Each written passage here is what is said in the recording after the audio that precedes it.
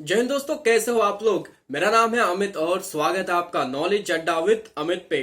दोस्तों, आज की अपडेट बहुत बड़ी होने वाली है क्योंकि ये वैकेंसी पिछले 4 साल से रोकी गई थी। 4 साल से वैकेंसी निकाली ही नहीं जा रही थी। हर साल हमारी सरकार ये बोलती थी कि आ जाएगी आ जाएगी, अगले साल आएगी, नवंबर में आएगी, दिसंबर में आएगी, बट फाइनली इस बार इस वैकेंसी की नोटिफिकेशन निकाली जा चुकी है। यह वैकेंसी है उत्तर प्रदेश सब इंस्पेक्टर की पोस्ट के लिए। यह वैकेंसी 2016-2017 के बाद से कभी आई ही नहीं। इस चक्कर में काफी कैंडिडेट का जो एज था वो खत्म हो चुका है। उनकी जो तैयारी थी, उनकी जो मेहनत थी, सालों की सारी वेस्ट हो चुकी है।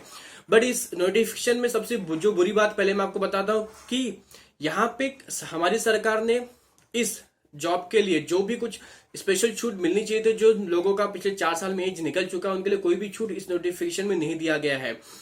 तो उनके लिए काफी बुरी खबर है जिन्होंने अपनी एज 28 साल क्रॉस कर दिया 2020 में, 2019 में या फिर 2021 में, तो इस जॉब के लिए अप्लाई नहीं कर सकते हैं।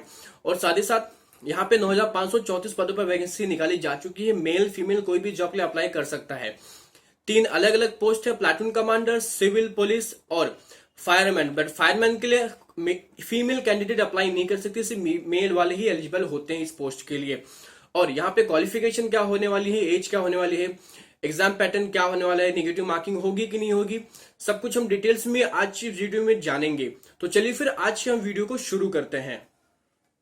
तो दोस्तों, अगर आप क्वालिफिकेशन की बात करते हैं, यहाँ पे कोई भी ग्रेजुएट इस जॉब के लिए अप्लाई कर सकता है। बट फायरमैन की जो पोस्ट है उसके सिर्फ बीएससी होल्डर, अगर आपने बीएससी में आपका ग्रेजुएशन कंप्लीट किया है तो ही आप अप्लाई कर सकते हो।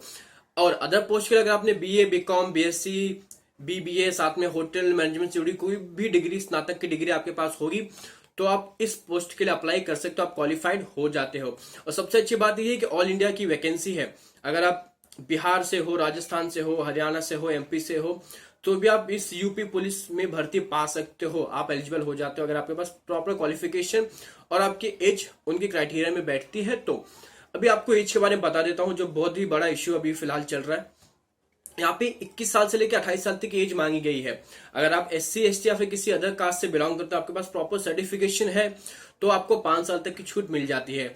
बट अगर, और साथ ही साथ आपके पास यूपी का डोमिसाइल होना चाहिए। अगर आप अदर स्टेट से आ रहे हो, अगर यूपी में एग्जाम देने के लिए, तो आप एज अ जनरल कैंडिडेट ही माने जाओगे। अगर आपके पास एससी, एसटी का सर्टिफिकेट है हरियाणा का या फिर राजस्थान का, और अगर आप यूपी में अप्लाई कर रहे हो, तो यहाँ पे आपको वो जनरल कैंडिडेट ही मानेंगे। आपका वहां का कोई भी सर्टिफिकेट यूपी में अप्लीकेबल नहीं होगा। तो इस बात का ध्यान रखते ही आप जिस जॉब के लिए अप्लाई करना। अभी अप्लाई करने के लिए आपको उनके ऑफिशियल वेबसाइट uppbpb.gov.in पे जाके अप्लाई करना है। एप्लीकेशन की फीस यहाँ पे 400 मांगी गई है, जो एप्लीकेशन शुरू होगी 1 अप्रैल 2021 से और खत्म होगी 30 अप्रैल 2021 तक। 1 महीने तक इसकी एप्लीकेशन प्रोसेस चलने वाली है। तो इस पे अप्लाई करने के लिए आपको लॉगिन आईडी, पासवर्ड जनरेट करना पड़ेगा। Login ID and password generate करने के बाद ही आपका नेक्स्ट स्टेप्स आता है, जहां पे आपको आपका सर्टिफिकेट, आपका एज प्रूफ, सब कुछ सबमिट करने के लिए यहाँ पे बोला जाता है। और एक चीज का आप दोस्तों ध्यान रखिए, यहाँ पे आपका ईमेल आईडी और आपका मोबाइल नंबर आप एक्टिव वाला ही डालेंगे, जो आपके पास अभी एक्टिव हो, जो चलता रहेगा। क्योंकि जितने भी नोटिफिकेशन से जो भी कुछ स्पेशल डेट्स वगैरह रहेंगे, आपको मोबाइल के थ्रू और आपके ईमेल आईडी के थ्रू ही आपको बताया जाएगा। तो इस बात का आप ध्यान रखना। आप कोई भी चीज वहां पे अपडेट करेंगे तो एक्टिव होना ही चाहिए, जिससे आपको हेल्प मिलेगी प्रॉपर टाइम पे अपडेट पाने के लिए। नहीं तो कभी कभी ऐसा होता है कि आपका डेट निकल जाता है, उसके बाद आप अपना सर्टिफिकेट बनाने के लिए निकलते हैं, अपडेट कराने के लिए निकलते हैं, जिसकी वजह से आपके हाथ से ये जॉब छूट जाती है। तो इस टाइप की गलतियां मत करना, क्योंकि 4 साल बाद ये वैकेंसी आ रही है। अभी हम डिस्कस करेंगे सैलरी के बारे में। ये 4200 की ग्रेड पी की सैलरी है, जहां पे आपको 34,800 रुपए तक की सैलरी मिल जाती है। सिलेक्शन प्रोसीजर के बारे में आपको बता दो दोस्तों, यहाँ पे 2 स्टेप में सिलेक्शन आपका किया जाता है, रिटन टेस्ट और फिजिकल टेस्ट। तो रिटन टेस्ट पहले हम डिस्कस करेंगे। रिटन टेस्ट यहाँ पे 400 मार्क्स का होता है और यहाँ पे 4 सब्जेक्ट होते हैं, general Hindi, reasoning, numerical aptitude, GK, जिसको हम जीके कॉन्स्टिट्यूशन, जिसको हम मूल विधि भी कहते हैं। ये 100 मार्क्स से 4 सब्जेक्ट होते हैं, जिसके लिए आपको 2 घंटे का टाइम मिलता है। टोटल 400 मार्क्स का एग्जाम होता है, 2 घंटे का टाइम मिलता है। और अच्छी बात है ये है कि यहाँ पे कोई भी निगेटिव मार्किंग नहीं है, इससे आपको अच्छा स्कोर करने में हेल्प होगा। और दोस्तों, आपको पता होगा इस वैकेंसी पे ऑलरेडी केस हो चुका था इनके सिलेक्शन प्रोसीजर को लेके। तो अभी गवर्नमेंट ने स्पेशली नोटिफाई कर दिया गया है कि अगर आपको पास होना है, आपको अगर एलिजिबल होना है नेक्स्ट राउंड के लिए, रिटन टेस्ट के आगे वाले राउंड के लिए, तो आपको सब्जेक्ट वाइड 35% और ओवरऑल आपको 50% मार्क्स लाना ही पड़ेगा। इसका मतलब यह है अगर एक सब्जेक्ट 100 मार्क्स का है तो आपको 35 मार्क्स होने ही चाहिए। अगर आप 33 या 34 लाते हो तो आप फेल कर दिए जाओगे। और वहीं 400 के मार्क्स में से आपको 200 मार्क्स लाना ही पड़ेगा। अगर आप 200 मार्क्स नहीं लाओगे तो आप फेल कर दिए जाओगे। 199 होने पे भी आप फेल कर दिए जाओगे। अगर एक इंपॉर्टेंट बात आपको समझने, ट्रिकी क्वेश्चन है, इसमें आपको समझा देता हूं मैं।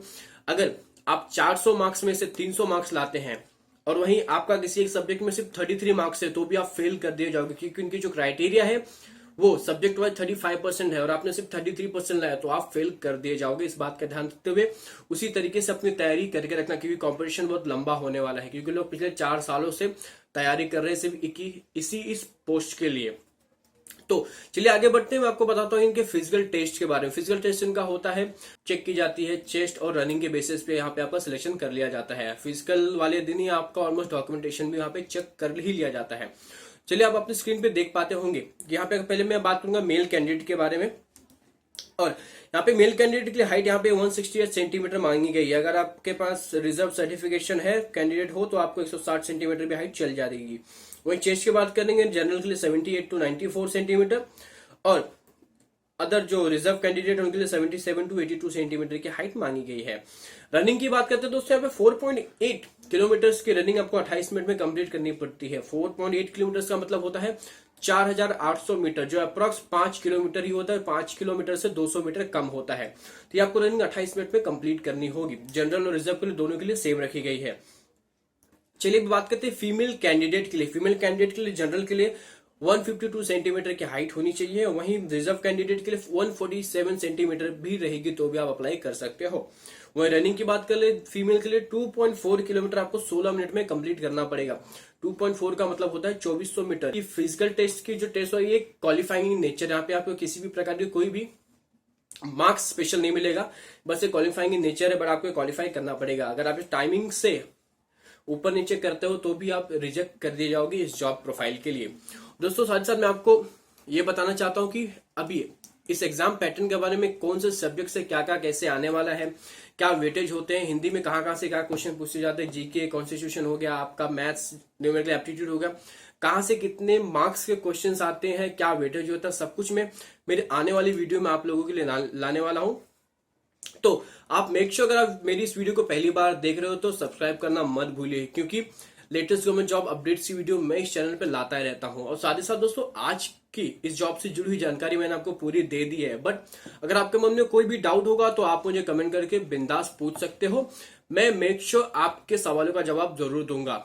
इसी के साथ आज की इस नॉलेज के नाम को यहीं पे रोकते हैं और मिलते हैं आपसे लेटेस्ट गवर्नमेंट जॉब अपडेट्स की वीडियो के साथ। तो तब तक के लिए थैंक यू, टेक केयर, जय हिंद।